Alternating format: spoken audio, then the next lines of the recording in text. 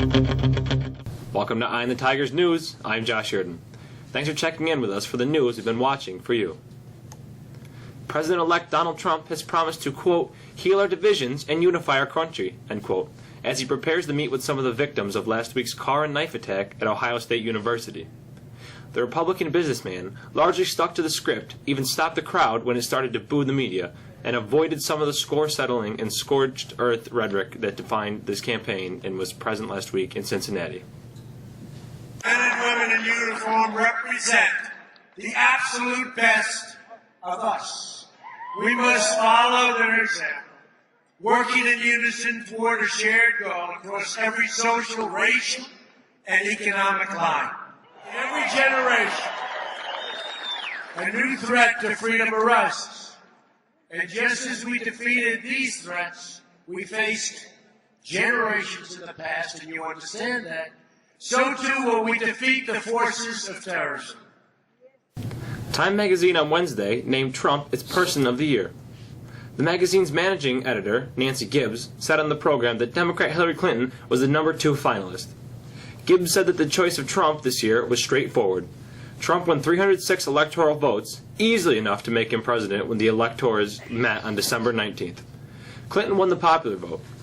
Time chooses its annual Person of the Year sometimes, an idea or a group of people, as the most influential that the news in the world in the past year, regarding of whether it was good or bad. German Chancellor Angela Merkel was honored last year, and the Ebola fighters were recognized in 2014. 75 years ago today, the United States was thrust into World War II following the Japanese bombing at Pearl Harbor. Several surviving members of the attack are in Pearl Harbor today, including 2 from central New York, to be part of ceremonies remembering those who were lost. The attack lasted 2 hours, and when it was over, nearly 200 ships and 300 airplanes were destroyed, and more than 2,000 American soldiers and sailors died in the attack. A white police officer will not be charged in a shooting that left an unarmed black motorist paralyzed and sparked protesters in Iowa's second-largest city, a prosecutor said Tuesday. A grand jury declined to return an indictment against Cedar Rapids police officer Lucas Jones in the November 1st shooting of Jeremy Mitchell, marking the second time since last year that Jones has been cleared after using deadly force. The decision infuriated supporters of Mitchell, who had questioned whether the shooting was justified. Mitchell, who is 37, remains hospitalized in Lincoln, Nebraska, with a bullet lodged in his neck. Customers of United Airlines will soon have to pay more if they want to use an overhead bin. It's part of a new price tier the company is rolling out called Basic Economy, according to the Washington Post. Passengers who buy Basic Economy tickets will be allowed only one personal item that must fit under a seat. Passengers who want to use a bin will have to buy a more expensive ticket. Basic Economy is the company's least expensive fare. Customers will also not be assigned seats until the day of departure, which means people on the same ticket could be separated, the Post said. It's the first time a large U.S. airline will limit passengers to one carry-on bag that must fit under a seat, according to Reuters. We're on the cusp of some very significant lake-effect snow. When and where will the storm hit? Here's Alexis with the forecast.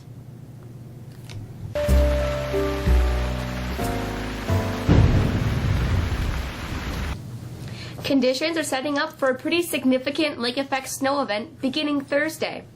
For the rest of our Wednesday, a more southerly flow keeps our temperatures a little above normal. Clouds will dominate most of the day into our night. It's during the overnight that things really change as winds shift more into the west, ushering in the coldest air we've seen so far this season. Early on Thursday, we could see some snow showers, but the upper atmosphere is starved for moisture, so any snowfall will be generally on the lighter side. Thursday night, winds align and bands of heavy lake-effect snow line up, dumping 2 and 3 inches of snow per hour. We should also see some thunder and lightning in these bands. Right now, it looks like those bands initially pound areas directly east of the Lake Ontario into the Tug Hail. It looks right now that the heaviest snow bands will be just north of Mexico, affecting southern Jefferson and northern Oswego counties. A better chance for heavy snow in Mexico appears to be Friday afternoon, as those heavy bands shift south. The wind will also be an issue. Wind chill temperatures will be in the teens for Friday and Saturday. Long range, we stay wintry and cold Sunday into early next week. That's the forecast. I'm Alexis.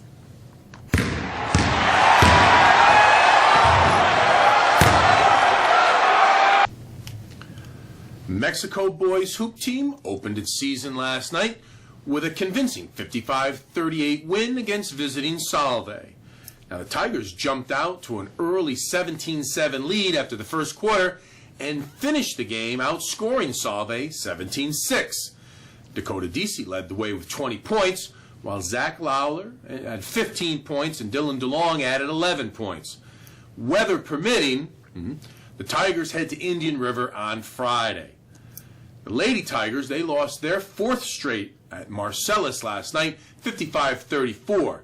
Eliza Deasy had 10 points and Bailey Wills had a game-high 18 for Mexico. The team takes on Homer Saturday.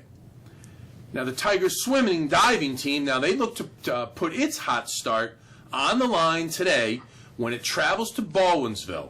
Mexico has been impressive early on in each event, winning last week at Auburn.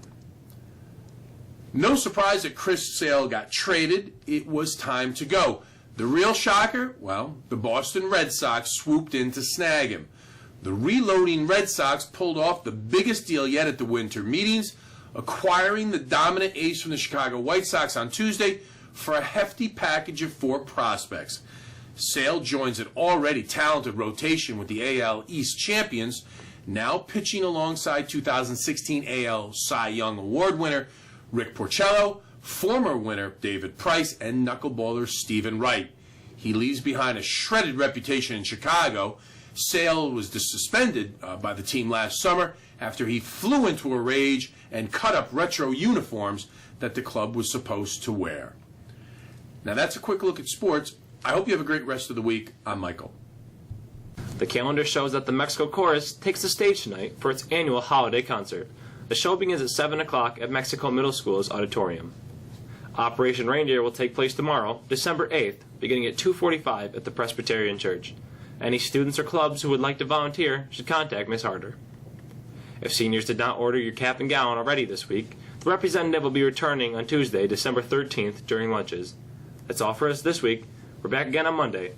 For this F on Eye of the Tigers news, thanks for joining us. Have a great week.